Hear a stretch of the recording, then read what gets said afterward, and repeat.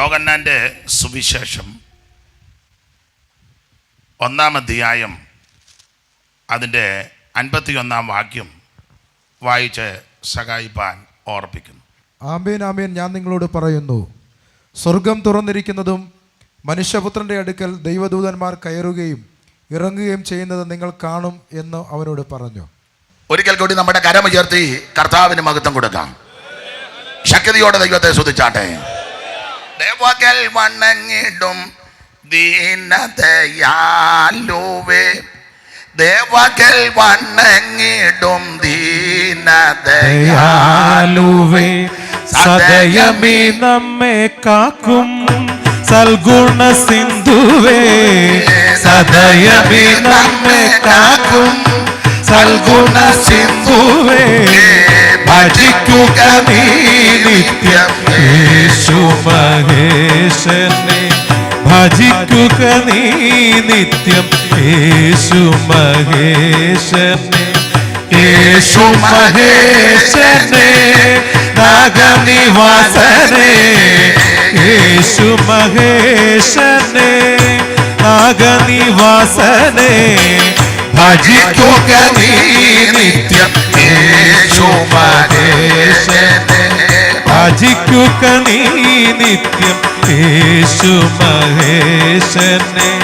മരിയയിൽ അവതാരം ചെയ്തോരു നാഥനെ, മരിയയിൽ അവതാരം ചെയ്തോരു നാഥനെ, മലയതിൽ ബലി ചെയ്ത മർത്യശരീരനെ, മലയതിൽ ബലി ചെയ്ത മർത്യശരീരനെ, ഭജിക്കുക നീ നിത്യം യേശു മഹേശനെ, ഭജിക്കുക നീ നിത്യം യേശു മഹേശനെ, യേശു മഹേശനെ നാഗനിവാസനെ, യേശു മഹേശനെ നാഗനിവാസനെ, ഭജിക്കുക നീ നിത്യം യേശു മഹേശനെ, ഭജിക്കുക നീ നിത്യം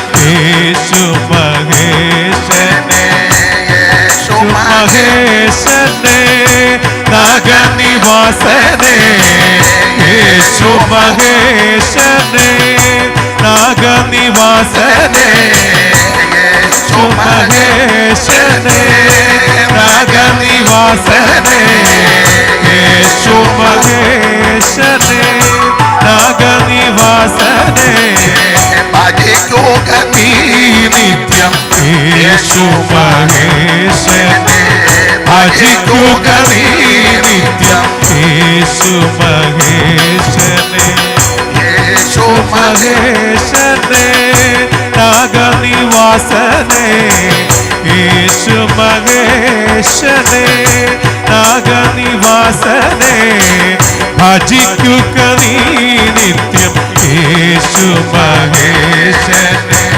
ഭജിക്കുക നീ നിത്യം യേശു മഹേശനെ. നമ്മുടെ കരമുയർത്തി ഒരിക്കൽ കൂടെ കർത്താവിന് മഹത്വം കൊടുത്താട്ടെ. യോഹന്നാന്റെ സുവിശേഷം 1-ാം അധ്യായത്തിന്റെ 51-ാം വാക്യമാണ് ഇന്ന് രാത്രിയിലെ ചിന്തയ്ക്ക്, അല്പസമയത്തെ ചിന്തയ്ക്ക് ആധാരമായിട്ട് വായിച്ചത്. എന്താണ് സുവിശേഷം?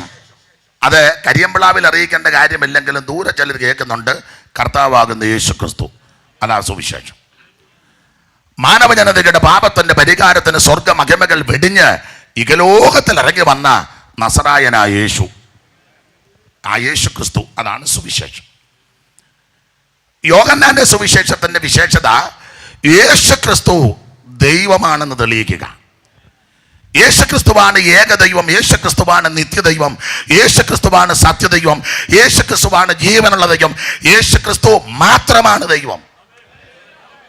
അതാ യോഹന്നാന്റെ എഴുത്തിന്റെ വിശേഷത. സകല ജരാചരങ്ങളെ നിർമ്മിച്ചവൻ, ഈ അണ്ടകടാകങ്ങളെ നിർമ്മിച്ചവൻ, സകലത്തിനെയും അടിസ്ഥാനമിട്ടവൻ, സകലത്തിൻ്റെയും അവൻ ഉടമസ്ഥൻ, സർവശക്തനായ ദൈവം. മനുവേല ഉപദേശകനോട് പറഞ്ഞു, പദ്യവും ശ്ലോകവും ചൊല്ലണം. എനിക്ക് ഇഷ്ടമാണ്, എന്നാലും പ്രായമുള്ള കർത്തൃദാസനല്ലേ. അപ്പം അപ്പച്ചൻ സൈമൺ സാറിൻ്റെ ശിഷ്യനാണെന്ന് ഞാൻ വായിച്ചറിഞ്ഞിട്ടുണ്ട്. അപ്പം അതുകൊണ്ട് സൈമൺ സാർ എഴുതിയ 2 ശ്ലോകഭാഗം ദൈവത്തെക്കുറിച്ച്, ആരാ ദൈവം, എല്ലായിടത്തും ചൊല്ലുന്ന ഒന്നുകൂടെ അങ്ങ് ചൊല്ലാം. യാതൊരു കാലത്തെയാണാദിയായി നിർദ്ദേശിപ്പതിനായതിനറുതിയില്ലാതുള്ള യുഗം മുൻപും വീതരൂപനായി വിമലാഭനായി നിന്ന മകാനീതി നീരതിയ ഞാനാദരാൽ വന്നിക്കുന്നേൻ. സകല ലോകങ്ങൾക്കും ആദികാരണം ഇവൻ, സകല ഭൂതങ്ങൾക്കും ആഹാരപ്രദനിവൻ, സകല ദേവവൃന്ദവന്ദിത പദാംബുജൻ, സകല നിഷ്കലത്വം പേറുന്ന പെരിയവൻ നമ്മുടെ ദൈവം. ആഗമാകാരന്മാരിലാദവൻ മോസസ്, സർവാഗമ പൊരുളാകും ഈ പരാശക്തിക്ക്. തിയോളജി പഠിക്കുന്നവർക്ക് ഇനിയും ഞാൻ ചൊല്ലുന്നത് അറിയാം. ആഗമാകാരന്മാരിലാദവൻ മോസസും സർവാഗമ പൊരുളാകും ഈ പരാശക്തിക്ക് ഏലൊന്നോരപ്രിയമാം നാമമോദിയത് മൂലവസ്തുവാം നാഥൻ ഉപദേശിച്ചതല്ലോ. ഇലോകി ശബ്ദായി യു യലോകി അധോണായി വിലോപമെന്നെല്ലാം മോശീയ ഗ്രന്ഥങ്ങളിൽ പറഞ്ഞിട്ടുള്ള നാമം ഈശനാൽ പ്രകർഷിതമെന്നേ വേണ്ടു. ഗൂഢവിഗ്രഹനായിട്ടെങ്കിലും മർത്തിക്കലും ഗൂഢസ്ഥൻ നിജാശയനാത്മാവെന്നിവ രണ്ടും കാലാനുസാരം പ്രകടീകരിച്ചിടും പുഷ്പ കാലത്ത് കളകണ്ഠം കളകൂചിതം പോലെ നമ്മുടെ ദൈവം നിത്യനായ ദൈവം, സർവത്തെയും നിർമ്മിച്ച ദൈവം. എൻ്റെ പ്രിയരെ, ഈ ആയുസ് ലഭിച്ച ഏറ്റവും വലിയ ഭാഗ്യം സത്യദൈവത്തെ സേവിക്കുവാൻ, യേശുക്രിസ്തുവിനെ ശുശ്രൂഷിപ്പാൻ, യേശുക്രിസ്തുവിനെ ആരാധിപ്പാൻ ദൈവം നമുക്ക് ഭാഗ്യം നൽകി. അതാ ഏറ്റവും വലിയ ഭാഗ്യം. അതെ, യോഹന്നാന്റെ എഴുത്തിന്റെ പ്രത്യേകത ക്രിസ്തു ദൈവമാണെന്ന് തെളിയിച്ചു. സാക്ഷിക്കാരെന്ന് പറയുന്നൊരു ഗ്രൂപ്പുണ്ട്. യേശു ദൈവമല്ലെന്നാ അവന്മാർ പറയുന്നത്. ഏതേലും സാക്ഷി നിപ്പോട്ടെ, സാക്ഷിയോട് പറയാ യേശു ക്രിസ്തു മാത്രമാ ദൈവം. പൗലോസ് കൊടുത്തൊരു പ്രയോഗം ഇങ്ങനെ, മഹാദൈവവും നമ്മുടെ രക്ഷിതാവുമായ യേശു ക്രിസ്തു. യോഹന്നാന്റെ 1-ാം ലേഖനത്തിന്റെ ഒടുവിൽ വായിക്കുന്നത് അവൻ സത്യദൈവവും നിത്യജീവനുമാണ്. യെശയ്യാ 9:6 അവൻ അലങ്കാര ഭാഷയിലാം തന്നെ കൊടുത്തിരിക്കുന്നത് വീരനാം ദൈവം. തോമാസ് ഒരിക്കൽ പറഞ്ഞു, എൻ്റെ കർത്താവും എൻ്റെ ദൈവമായുള്ളവേ, യേശു ക്രിസ്തു മാത്രം ഏകദൈവം. ആ ക്രിസ്തുവിന്റെ ദൈവത്വമാ യോഹന്നാൻ ഓരോ അധ്യായത്തിലും തെളിയിച്ചിരിക്കുന്നത്. വിവരിക്കുന്നില്ല. 1-ാം അധ്യായത്തിൽ ലോകത്തിന്റെ പാപത്തെ ചുമക്കുന്ന ദൈവത്തിന്റെ കുഞ്ഞാട്, 2-ാം അധ്യായത്തിൽ കാനാവിലെ കല്യാണ വീട്ടിൽ പച്ചവെള്ളത്തെ വീഞ്ഞാക്കിയ ദൈവം, 3-ാം അധ്യായത്തിൽ നിത്യജീവൻ കൊടുക്കുന്ന ദൈവം, 4-ാം അധ്യായത്തിൽ ആത്മാവാകുന്ന ദൈവം, 5-ാം അധ്യായത്തിൽ സകല ദീനങ്ങളും വ്യാധികളും പുറപ്പിക്കുന്ന ദൈവം, 6-ാം അധ്യായത്തിൽ സ്വർഗത്തിൽ നൽകുമെന്ന ജീവന്റെ അപ്പമായ ദൈവം, 7-ാം അധ്യായത്തിൽ ആത്മ നിറവിനെ കൊടുക്കുന്ന ദൈവം, 8-ാം അധ്യായത്തിൽ സാക്ഷാൽ വെളിച്ചമായ ദൈവം, 9-ാം അധ്യായത്തിൽ പിറവിയിലെ കുരുടനെ സൗഖ്യമാക്കിയ അത്ഭുതങ്ങളുടെ ദൈവം, 10-ാം അധ്യായത്തിൽ നല്ല ഇടയനായ ദൈവം, 11ഉം 12ഉം അധ്യായം ചേർത്ത് പിടിച്ചാൽ മരിച്ചവരെ ഉയർപ്പിക്കുന്ന ദൈവം. അതെ, ഞാൻ സമയത്തെ ഭയപ്പെടുന്നു. എനിക്ക് ഇത്രയോ സമയം മതി, അത് തന്നെ എനിക്ക് സന്തോഷമായി. കാരണം 3 മിനിറ്റേ ഉള്ളെങ്കിലും തൃപ്തിയായി. ഈ സദ്യ കഴിഞ്ഞേച്ച് പിന്നെ ഒത്തിരി പായസം കുടിക്കുകയല്ലോ, കുറച്ച് മതി. അതോ പായസം തന്നെ എന്നാ കുടിക്കുന്നത്? അല്ല, ഇവിടെ സദ്യ എല്ലാം കഴിഞ്ഞിരിക്കുക, പായസം ഇച്ചിരി മതി. വളരെ സന്തോഷം. കമ്പിവാചകം പോലെ ചില കാര്യം പറഞ്ഞങ്ങ് നിർത്താം. നമ്മൾ 1-ാം അധ്യായത്തിന്റെ 51-ാം വാക്യമാണ് വായിച്ചത്. അതെ, ഒന്നുകൂടെ വായിച്ച് സഹായിച്ചാട്ടെ. ആമേൻ ആമേൻ, ഞാൻ നിങ്ങളോട് പറയുന്നു, സ്വർഗം തുറന്നിരിക്കുന്നതും മനുഷ്യപുത്രന്റെ അടുക്കൽ ദൈവദൂതന്മാർ കയറുകയും ഇറങ്ങുകയും ചെയ്യുന്നത് നിങ്ങൾ കാണുമെന്ന് അവനോട് പറഞ്ഞു. ദൈവത്തിന് സ്തോത്രം. ഈ യോഹന്നാന്റെ സുവിശേഷം 1-ാം അധ്യായം പഠിക്കുമ്പോൾ, ഞാനത് ഇങ്ങനെ പലയിടത്തും പഠിപ്പിക്കുന്നത് യോഹന്നാന്റെ സുവിശേഷം 1-ാം അധ്യായത്തിൽ ഒരു വിഷയം നന്നായിട്ടൊന്ന് വായിച്ച് ധ്യാനിച്ചാൽ 1-ാം അധ്യായത്തിന് കൊടുക്കുന്ന ഒരു വിഷയം ഇങ്ങനെ, ഈ 1-ാം അധ്യായം കണ്ടെത്തലുകളുടെ ഒരധ്യായമാണ്. കണ്ടെത്തലുകളുടെ ഒരു അധ്യായം. അതെന്താ? ആ 1-ാം അധ്യായം ഇരുത്തി വായിച്ചാൽ, ഞാനത് വായിച്ചു, പല പ്രാവശ്യം വായിച്ചു. 1-ാം അധ്യായത്തിൽ 21 പ്രാവശ്യം കണ്ടു കണ്ടു കണ്ടു കണ്ടു എന്ന് എഴുതിയിട്ടുണ്ട്. അപ്പൊ 1-ാം അധ്യായം കണ്ടെത്തലുകളുടെ അധ്യായം. മനുഷ്യനെല്ലാം ഓരോന്ന് കണ്ടുപിടിച്ചുകൊണ്ടിരിക്കുക. കഴിഞ്ഞ ആഴ്ചത്തെ സൺഡേ സപ്ലിമെന്റിൽ 10 കൊല്ലം കൊണ്ട് ഇന്ത്യ അല്ലെങ്കിൽ ഭാരതം കണ്ടുപിടിച്ച കാര്യങ്ങളെ പറ്റി പേപ്പർ വായിച്ചു. അല്ലാതെ ഈ ലോകത്തിൽ പലരും പലതും കണ്ടുപിടിക്കുക. വാനഗോള നിരീക്ഷകന്മാരത് പലതും കണ്ടുപിടിക്കുന്നു. വാനഗോളത്തിൽ എന്ത് സംഭവിക്കും, ഭൂഗർഭ ശാസ്ത്രജ്ഞന്മാർ ഭൂമിക്ക് എന്ത് സംഭവിക്കും കണ്ടുപിടിക്കുന്നു. ആ രാഷ്ട്രീയക്കാര് പിന്നെയും 5 വർഷവും കൂടെ അല്ലെങ്കിൽ പിന്നെയും ഇരിക്കാൻ എന്താ മാർഗം അത് കണ്ടുപിടിക്കുന്നു. ആ ആത്മീയ ലോകത്തും ചിലരങ്ങനെ ആ കസാര ആർക്കും വിട്ടുകൊടുക്കാതിരിക്കാൻ അത് കണ്ടുപിടിക്കുന്നു. എല്ലാവരും കണ്ടുപിടിക്കുക, ഓരോരോ കണ്ടുപിടുത്തങ്ങളാണ്. പ്രായമുള്ള നമ്മളൊക്കെ അമ്മയാ ഒന്നും അമ്മ തിണ്ണ ഇരിക്കുക, അപ്പുറത്തെ വീട്ടിൽ ആരാ വരുന്നെന്ന് കണ്ടുപിടിക്കാം. 98 ഉണ്ട് തള്ളക്ക്. ആരാ? 2 പേരാന്ന് തോന്നുന്നു. നീളക്കുറവാന്ന്. തള്ളക്ക് പുസ്തകം വായിക്കാൻ കണ്ണ് കാണാൻ പാടില്ല. അപ്പുറത്തെ വീട്ടിൽ വന്ന ആളിനെ അമ്മ കണ്ടുപിടിക്കും. ചിലപ്പോൾ ഈ യോഗത്തിന് ചിലർ വന്നത് ഇതിനകത്തെ അപാകത കണ്ടുപിടിക്കാൻ വന്നവർ കാണും. എല്ലാവരും ഓരോന്ന് കണ്ടുപിടിക്കാൻ നടക്കുക.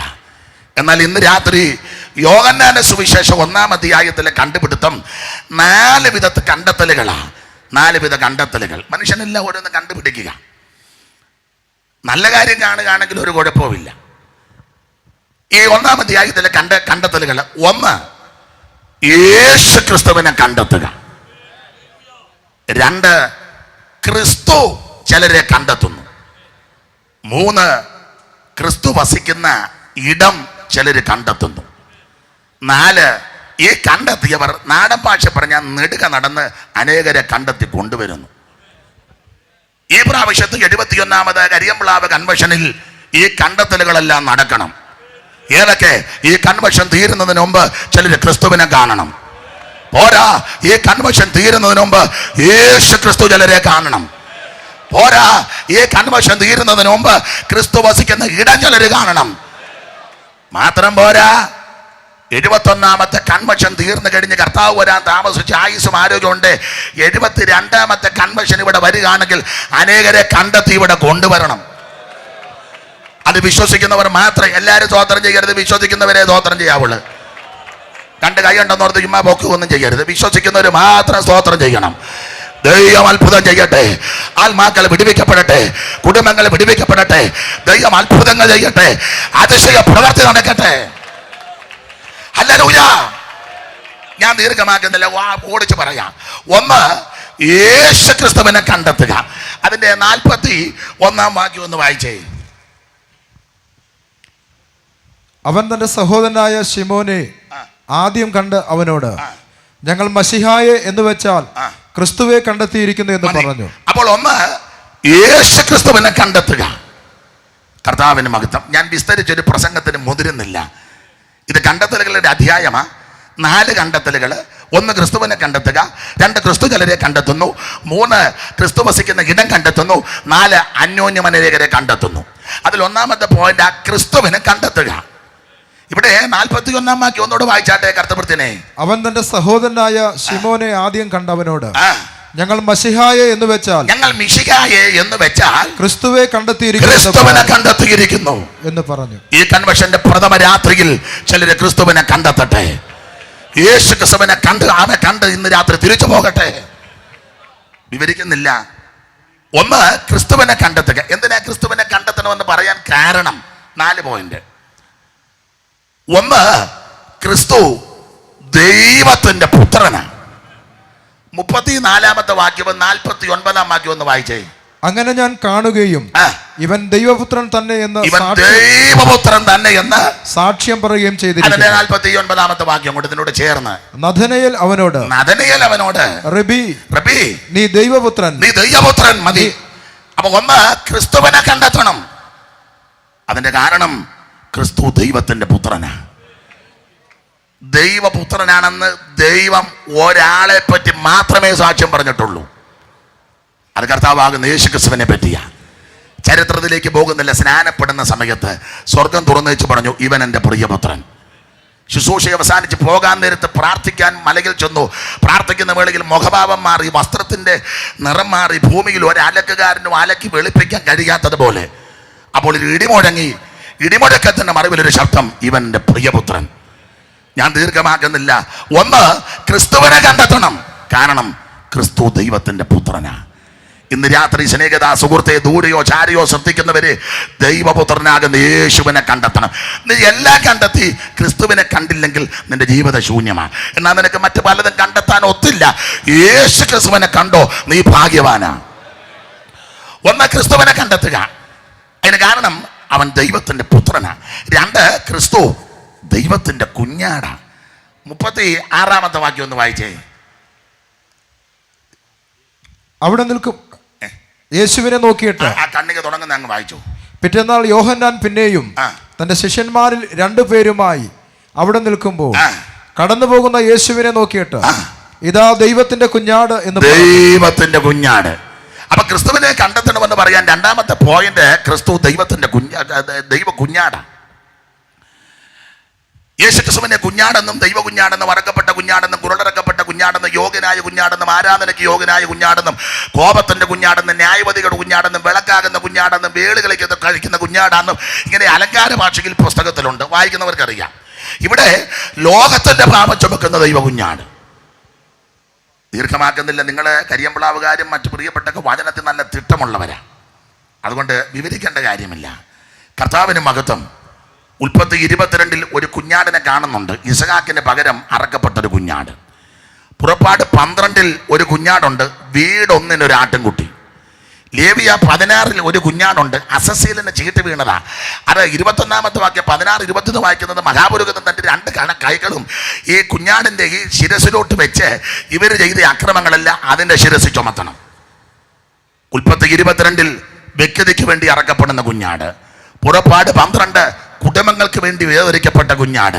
ലേവിയ 16-12 ഗോത്രങ്ങൾക്ക് വേണ്ടി മാത്രം മാറ്റപ്പെട്ട കുഞ്ഞാട്. എന്നാൽ യോഹന്നാൻ 1 കുഞ്ഞാട് വ്യക്തിക്കും കുടുംബത്തിനും ഗോത്രത്തിനും മാത്രമല്ല, മുഴുലോകത്തിന്റെ പാപത്തിന് വേണ്ടി അറക്കപ്പെട്ട ദൈവ കുഞ്ഞാടാ. അതുകൊണ്ട് ക്രിസ്തുവിനെ കണ്ടെത്തിക്കണം. 1, അവൻ ദൈവപുത്രനാണ്. 2, അവൻ ദൈവത്തിന്റെ കുഞ്ഞാടാ. 3, ക്രിസ്തുവിനെ കണ്ടെത്തണം എന്ന് പറയാനുള്ളതിന്റെ 3ാമത്തെ പോയിന്റ്, അബദ്ധത്തിൽ വന്ന് ജനിച്ചയാളല്ല ക്രിസ്തു, അക്കടി പറ്റി വന്നയാളുമല്ല. അങ്ങനെയൊക്കെ വന്ന പലരുണ്ട്. അക്കടി പറ്റി വന്നു, അക്കടി പറ്റി തന്നെ അവർ പോയതും. അങ്ങനത്തെ ഒരാളല്ല യേശു. അക്കടി പറ്റി വന്നവരെല്ലാം പിന്നെ ദൈവം കളിച്ച് പോയ ആൾക്ക് ചരിത്രമുണ്ട്. ആണും പെണ്ണും എല്ലാം ദൈവം കളിക്കുക, നല്ല കാശുവാ. ക്രിസ്തു അങ്ങനെ വന്നയാളല്ല.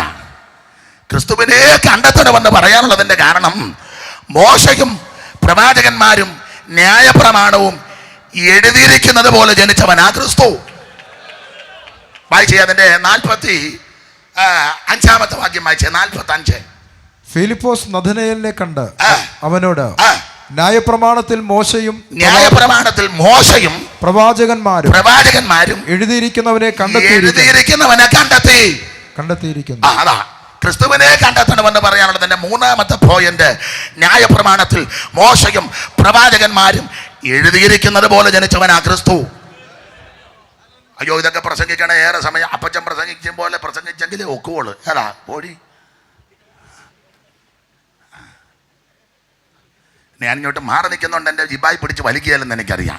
അതാ ഞാൻ ഇങ്ങോട്ട് ഞാൻ മാറി നിൽക്കുന്നത്. കർത്താവിന് മഹത്വം. ചുവടെ മാറിയാക്കാം. യേശുവിനെ പറ്റിയല്ലയോ? ദൈവത്തിന് സ്തോത്രം. മോശയും ന്യായപ്രമാണവും എഴുതി വെച്ചതുപോലെ ജനിച്ചവനാ ക്രിസ്തു.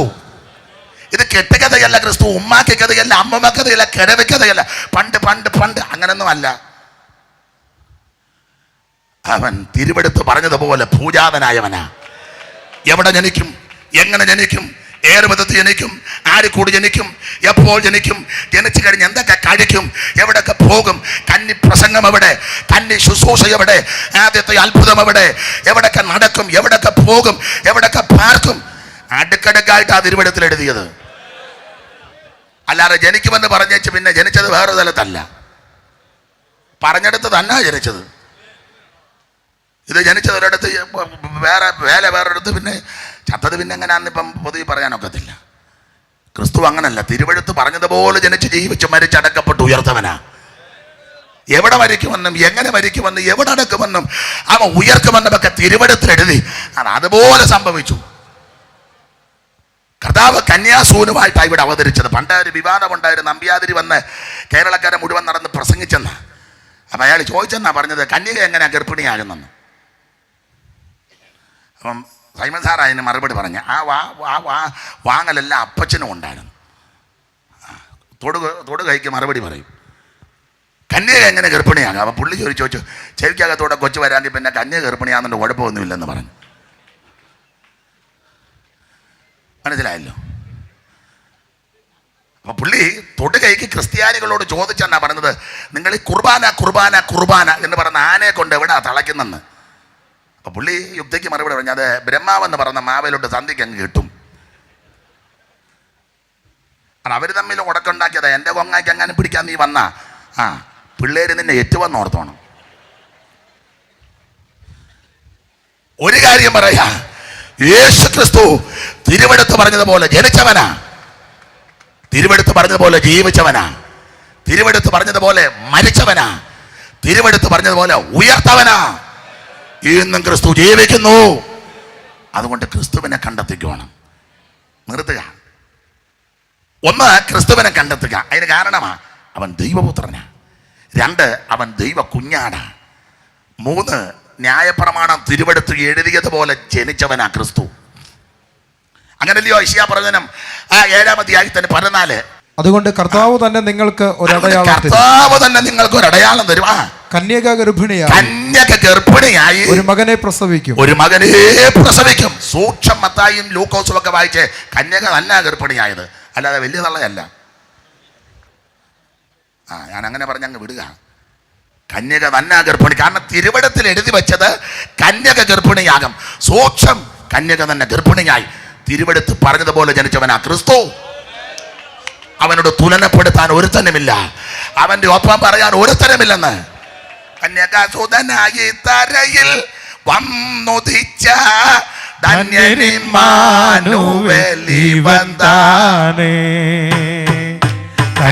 കന്യകാസുതനായി ധരയിൽ വന്നുദിച്ച ധന്യരിന്മാനുവേൽ ഇവൻ താനേ. ഇവനെ ഇവനെ ഇവനെ ഇവനെ ക്രിസ്തുരക്ഷകൻ ഇവൻ താനേ. ഇവനെ ഇവനെ ഇവനെ ഇവനെ ക്രിസ്തുരക്ഷകൻ ഇവൻ താനേ. പറുദീസിൽ നാഥൻ വാക്കു ചൊന്ന അരികിൻ സന്തതി ഇവൻ താനേ. വാതികിൽ പറുദീസിൽ നാഥൻ വാക്കു ചൊന്ന അരികിൻ സന്തതി ഇവൻ താനേ. ഇവനെ ഇവനെ ഇവനെ ഇവനെ ക്രിസ്തുരക്ഷകൻ ഇവൻ താനേ. കരമുയർത്തി കർത്താവിന് മഹത്വം കൊടുക്കുക. തിരുവെടുത്ത് പറഞ്ഞതുപോലെ ജനിച്ചവനാ ക്രിസ്തു. ഒരു പോയിന്റൂടെ പറഞ്ഞ ഭാഗം വിടാം. ക്രിസ്തുവിനെ കണ്ടെത്തണമെന്ന് പറയാനുള്ളതിൻ്റെ 4ാമത്തെ കാരണം 45-ാം വാക്യം ഒന്നുകൂടെ വായിച്ചേ കർത്തൃദാസനെ. 45. ഫിലിപ്പോസ് നഥനയേലിനെ കണ്ട് അവനോട് ന്യായപ്രമാണത്തിൽ മോശയും പ്രവാചകന്മാരും എഴുതിയിരിക്കുന്നവനെ കണ്ടെത്തിയിരിക്കുന്നു. അടുത്തത്, അവൻ യോസഫിന്റെ പുത്രനായ യേശു എന്ന നസറേത്തുകാരനാ. അതുകൊണ്ടാ ക്രിസ്തുവിനെ കണ്ടെത്തണം. ആ ഫലം കണ്ടോ? യോസേപ്പിന്റെ പുത്രനായ യേശു എന്ന നസറേത്തുകാരൻ. വാക്കിന്റെ അർത്ഥം പലർക്കും അറിയാം. യേശു എന്ന് പറഞ്ഞാൽ രക്ഷിതാവ്, രക്ഷകൻ, രക്ഷിക്കുന്നവൻ, രക്ഷിപ്പാൻ കഴിവുള്ളവൻ. ഒരുവൻ മാത്രം, യേശു. അതുകൊണ്ട് ഇന്ന് രാത്രി ക്രിസ്തുവിനെ കണ്ടെത്തിക്കോണം. അവൻ മാത്രമാ രക്ഷകൻ, മറ്റൊരുത്തനും രക്ഷയില്ല. നിർത്തുക. ഒന്നാമത്തെ പോയിന്റിൻ്റെ ഒരു ഭാഗമേ ഞാൻ ഇന്ന് സംസാരിക്കുന്നുള്ളൂ. ഒന്ന്, ക്രിസ്തുവിനെ കണ്ടെത്തണം, കാരണം അവൻ ദൈവപുത്രൻ. 2, അവൻ ദൈവ കുഞ്ഞാണ്. 3, തിരുവെടുത്ത് പറഞ്ഞതുപോലെ ജനിച്ചവനാ. 4, അവൻ യേശു എന്ന് പറഞ്ഞ രക്ഷകനാ. എപ്പോൾ കണ്ടെത്തണം? അതുകൂടെ പറഞ്ഞ് നിർത്താം. എപ്പോഴാ ക്രിസ്തുവിനെ കണ്ടെത്തേണ്ടത്? ചിലർക്ക് നാളെയും യോഗമുണ്ടോ? യോഗം നാളെ ഉണ്ട്, നീ ഉണ്ടെന്ന് എങ്ങനെ അറിഞ്ഞു? ചിലരുടെ നോട്ടോ ഇരിപ്പം കണ്ടിട്ട് വെളുപ്പിക്കുകയല്ലെന്നും പറഞ്ഞ അല്ല, ഇരിപ്പ് കണ്ടിട്ട് എനിക്ക് അങ്ങ് തോന്നുക അതിൽ കൺവെൻഷൻ കഴിഞ്ഞ് മതി, യോഗത്തിനൊരു ഭംഗം ഉണ്ടാകാതിരിക്കട്ടെ. എപ്പോൾ ക്രിസ്തുവിനെ കണ്ടെത്തണം? ആ 36-ാം വാക്യം ഒന്നുകൂടെ ഒന്ന് വായിച്ചേ കർത്തദാസനെ. എപ്പോൾ കണ്ടെത്തണം? യേശുവിനെ നോക്കിയിട്ട്. നന്നായിട്ട് വായിക്കും. പിറ്റേന്നാൾ യോഹന്നാൻ പിന്നെയും തന്റെ ശിഷ്യന്മാരിൽ രണ്ടുപേരുമായി അവിടെ നിൽക്കുമ്പോൾ കടന്നു പോകുന്ന യേശുവിനെ നോക്കിയിട്ട്. അവിടെ അതിന്റെ പോയിന്റ് കിടക്കുന്നു, ഒന്നുകൂടെ വായിര്. കടന്നു പോകുന്ന യേശുവിനെ നോക്കിയിട്ട്. കടന്നു പോകുന്ന യേശുവിനെ നോക്കിയിട്ട്. ഇതാ ദൈവത്തിന്റെ മതി. എപ്പോൾ ക്രിസ്തുവിനെ കണ്ടെത്തണം? ആൻസർ, കടന്നു പോകുന്നതിന് മുമ്പ് കണ്ടെത്തിക്കോണം. ഇന്ന് രാത്രി കരിയമ്പ്ലാവിൽ കൂടെ കടന്നു പോകുക. ഹല്ലേലൂയ. ഈ രാത്രി അവൻ കരിയമ്പ്ലാവിൽ കൂടെ കടന്നു പോയിക്കൊണ്ടിരിക്കുക. കടന്നു പോകുന്നതിന് മുമ്പ് നീ യേശുവിനെ കണ്ടെത്തിക്കോണം. പോയി കഴിഞ്ഞ ആഴ്ച കാണാൻ നിൽക്കരുത് സ്നേഹിത. അവസരം ദൈവം, സുപ്രസാദ കാലമാ, രക്ഷാ ദിവസമാ, നല്ല അവസരമാ. ഇന്ന് രാത്രി കടന്നു പോകുന്നതിന് മുമ്പ് യേശുവിനെ കണ്ടെത്തണം. പാട്ടൊക്കെ വരുന്നുണ്ട്, ഞാൻ പാടുന്നില്ല, അങ്ങ് അടങ്ങുക. ദൈവം എല്ലാവരെയും അനുഗ്രഹിക്കട്ടെ.